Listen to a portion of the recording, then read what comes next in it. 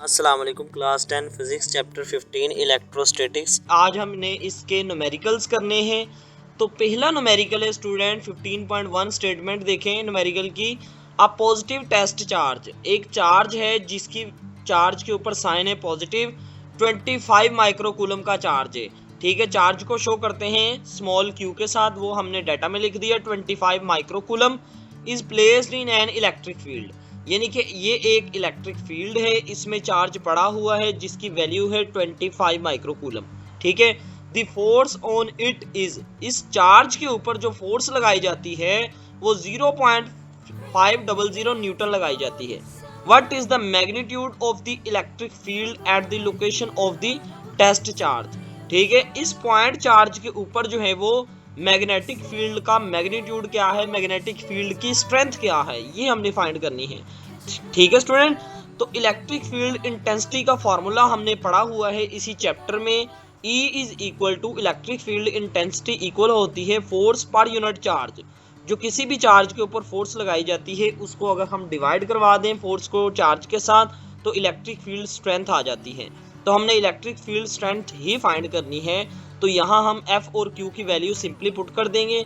तो सबसे पहले Q की वैल्यू माइक्रोकूलम में थी, उसको हमने जो है वो माइक्रो की जगह 10⁻⁻⁶ पुट कर दिया और कूलम एज इट इज आ गया। तो ये हमारे पास Q की वैल्यू है और ये हमारे पास फोर्स की वैल्यू है 0.500। ठीक है, तो फोर्स की जगह फोर्स की वैल्यू पुट कर देनी है। ठीक है, फॉर्मूला में देखें फोर्स की जगह फोर्स की वैल्यू पुट कर दी और Q की जगह Q की वैल्यू हमने पुट कर दी है।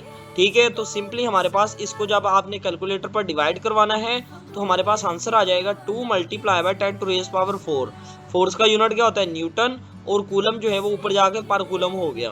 तो इलेक्ट्रिक फील्ड इंटेंसिटी का यूनिट होगा न्यूटन पर कूलम। तो इलेक्ट्रिक फील्ड इंटेंसिटी का जो मैग्नीट्यूड आ गया वो आ गया 2 × 10⁻⁴ न्यूटन पर कूलम। क्लियर हुआ स्टूडेंट जी। 15.2 वाला सेकंड न्यूमेरिकल देखें। ये सारे के सारे न्यूमेरिकल इजी हैं स्टूडेंट, तो आप अपने नोट्स बनाना शुरू कर दें इन्हीं न्यूमेरिकल्स को देखते हुए। जी, सेकंड वाला न्यूमेरिकल है 2 point charges Q1 is equal to 8 microcoulomb and Q2 4 microcoulomb are placed at distance of 120 centimetre.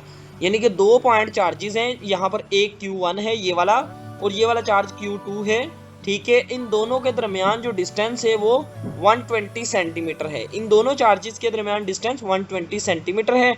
इस Q1 की वैल्यू है 8 माइक्रोकूलम और इस Q2 की value 4 microcoulomb. What will be the coulomb force, हमने फाइंड करनी है इन दोनों चार्जेस के दरमियान फोर्स कितनी होगी, यानी कि कूलम फोर्स का मतलब फोर्स फाइंड करनी है।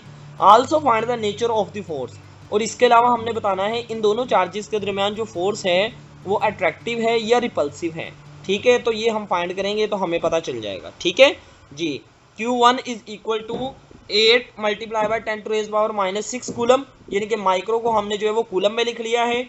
Q2 की वैल्यू 4 × 10⁻⁻6 कूलम और R डिस्टेंस की वैल्यू 120 सेंटीमीटर। तो सेंटीमीटर को हम मीटर में कन्वर्ट करेंगे ऐसे यूनिट में, 1.2 मीटर आ जाएगा। कैसे हुआ, 100 से डिवाइड करवाया है। ठीक है स्टूडेंट जी। के कूलम कांस्टेंट, इसकी वैल्यू जो है वो कांस्टेंट है, फिक्स है, 9 × 10⁻⁹ न्यूटन मीटर स्क्वायर पर कूलम स्क्वायर इसका यूनिट है के की वैल्यू का। तो ये सारी वैल्यूज हमें पता चल गई हैं। हमने फाइंड करनी है Coulomb force according to Coulomb's law. Coulomb's law ये कहता है कि force between 2 point charges Q1 Q2 is directly proportional to the product of their magnitude and inversely proportional to the distance between them. तो ये coulomb law का formula है, तो इससे हम जो है वो फोर्स फाइंड कर सकते हैं। तो इन सब की वैल्यू पुट करें। के की वैल्यू पुट कर दी है मैंने 9 × 10⁻⁹।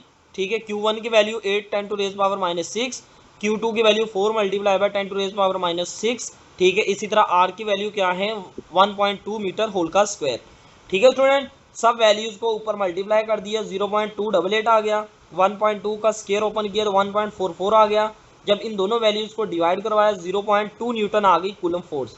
तो हमारे पास 15.2 वाले न्यूमेरिकल का आंसर आ गया 0.2 न्यूटन। क्लियर हुआ।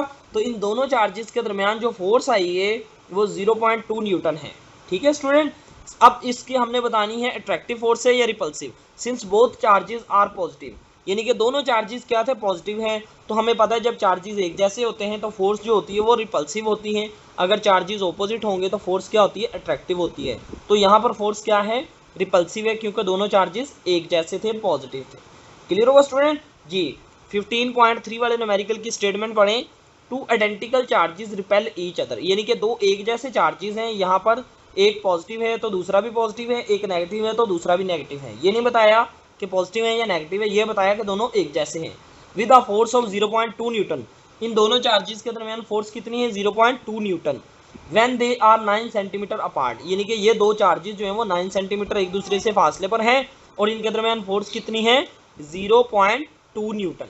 ठीक है, जब इन दोनों के दरमियान जो फासला है दोनों चार्जेस के दरमियान 3 सेंटीमीटर कर दिया जाता है, यानी कि डिस्टेंस कम कर दिया जाता है, तो हमने फाइंड करनी है फोर्स। ठीक है, यानी कि हमारे पास यहाँ पर टू केसेस बन गए।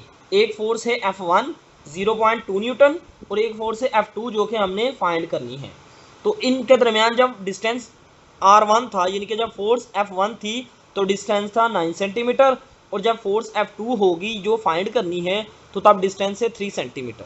क्लियर हुआ स्टूडेंट जी। सिर्फ R की वैल्यू चेंज की है तो हम ये कह सकते हैं F2 इज इक्वल टू, जो F2 हमने फाइंड करना है वो इक्वल है F1 multiply by R1 upon R2 whole का स्क्वायर। अब ये फार्मूला स्टूडेंट कैसे आया है?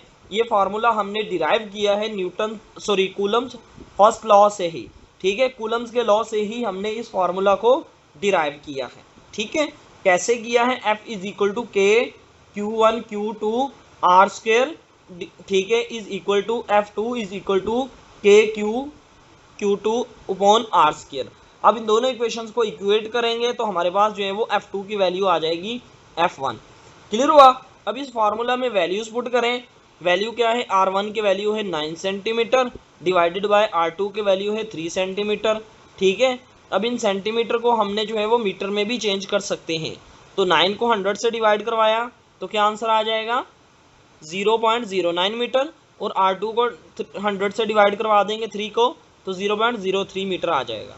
अब इन दोनों को जब डिवाइड करवाएंगे और 0.2 से मल्टीप्लाई करेंगे तो 0.2 मल्टीप्लाई बाय 9 तो हमारे पास आंसर आ जाएगा 1.8 न्यूटन F2।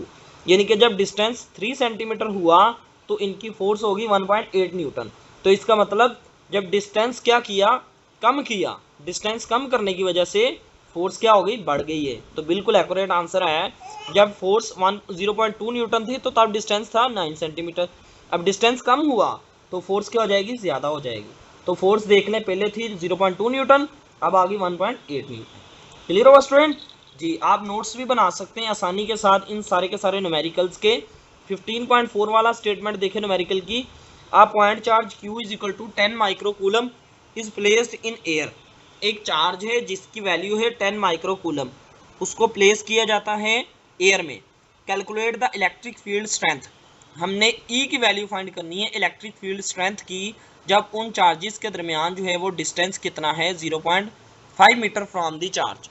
ठीक है, इलेक्ट्रिक फील्ड स्ट्रेंथ फाइंड करनी है तो सिंपली वही फार्मूला लगेगा, F is equal to QE।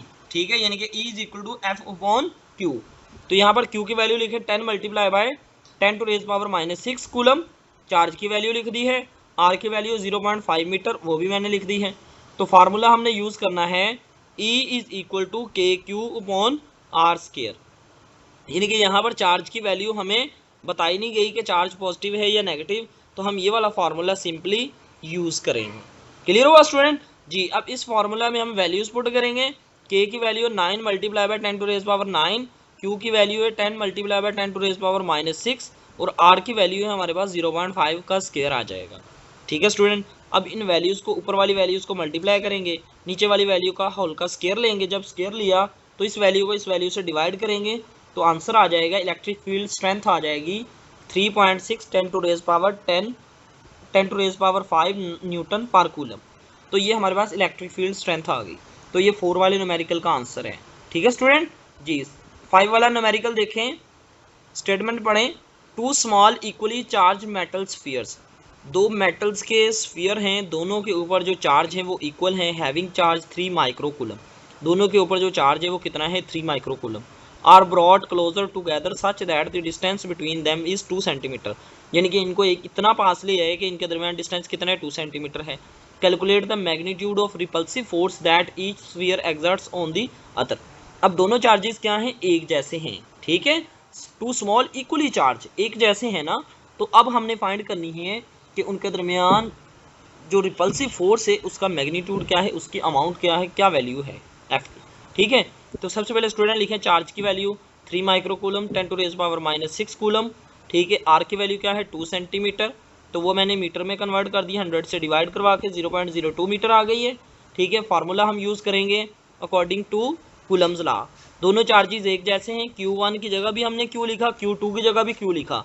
जब चार्जेस एक जैसे होंगे तो Q1 Q2 अलग अलग नहीं होगा, Q से मल्टीप्लाई हुआ तो Q स्क्वायर हो गया। तो अब हमने यहाँ पर सिंपली वैल्यूज़ पुट कर देनी है।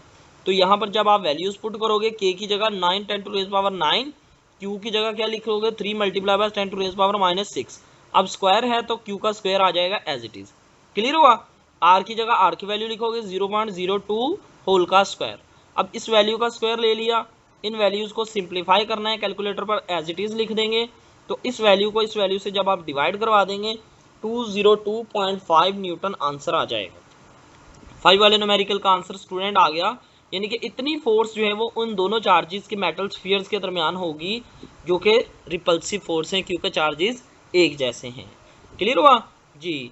6 वाला और सेकंड लास्ट वाला न्यूमेरिकल देखिए student, two small equally charged metal spheres, same वही न्यूमेरिकल है, repel each other with the force of 0.5 newton. अब इन दोनों चार्जेस के दरमियान में फोर्स 0.5 न्यूटन है और ये दोनों एक दूसरे को रिपेल कर रहे हैं और इनके दरमियान distance 3 centimetre apart in air. Calculate the charge on each sphere. अब हमने चार्ज की वैल्यू फाइंड करनी है। पहले हमें चार्ज की वैल्यू बताई गई थी और अब हमने चार्ज की वैल्यू फाइंड करनी है। ये बिल्कुल ईजी है। तो हमारे पास यहाँ पर इन चार्जेस के ऊपर जो फोर्स अप्लाई हो रही है 0.5 न्यूटन है, फोर्स की वैल्यू लिख दी। आर कितना है, डिस्टेंस 3 सेंटीमीटर, सेंटीमीटर को मीटर में कन्वर्ट करने के लिए 3 को 100 से डिवाइड करवाया, 0.03 मीटर आ गई, डिस्टेंस आ गया दोनों चार्जेस के दरमियान में। ठीक है, इसके बाद स्टूडेंट क्या करना है, अब हमने फार्मूला लगाना है कूलम लॉ का। कूलम लॉ के फार्मूला को ये लगाया है। अब ये फार्मूला क्यों आया, इस फार्मूला को अरेंज कैसे करेंगे, क्योंकि दोनों चार्जेस एक जैसे हैं। तो Coulomb law F is equal to K Q1 Q2 नहीं पुट करेंगे, Q स्क्वायर हो जाएगा डिवाइडेड बाय R स्क्वायर। अब हमने Q फाइंड करना था तो Q को हमने स्क्वायर से अलग कर दिया और R जो है वो इधर F जो है इधर आकर अंडर रूट में आ गया। तो हमारे पास फार्मूला सिंपली रीअरेंज कर लेना है आपने, तो हमारे पास Q के लिए फार्मूला बन गया है।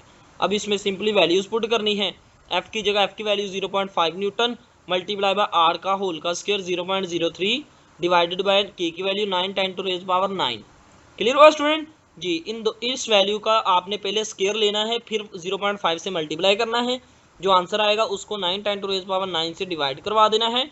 ठीक है, जब डिवाइड करवा देंगे तो हमारे पास सिंप्लीफाई ये आ जाएगा अंडर रूट में। जब आप इसका अंडर रूट लेंगे तो 2.24 10⁻⁻7 कूलम जो है वो चार्ज की वैल्यू आ गई।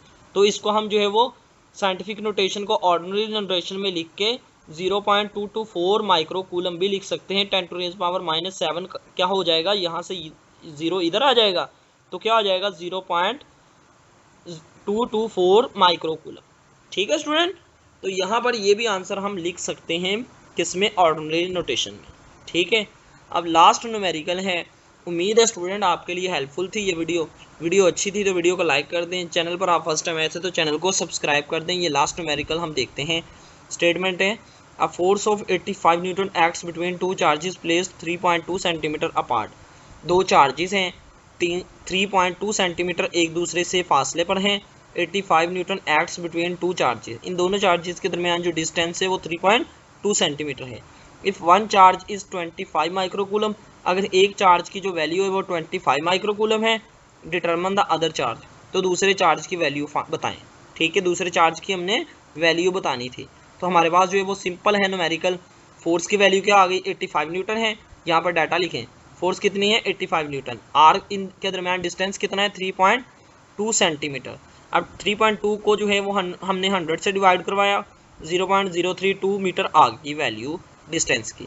If one charge is 25 microcoulomb, अगर चार्ज की वैल्यू 25 माइक्रोकूलम है, डिटरमिन द अदर चार्ज, और हमने दूसरे चार्ज की वैल्यू फाइंड करनी है। ठीक है, तो हमने दूसरे चार्ज की वैल्यू फाइंड करने के लिए सिंपली क्या करना है, कूलम लॉ को यूज़ करना है। तो कूलम लॉ क्या कहता है, Q square is equal to FR square divided by KQ1। ठीक है, Q2 फाइंड करने के लिए हमने जो है वो ये फार्मूला अरेंज कर लिया है कूलम लॉ से ही।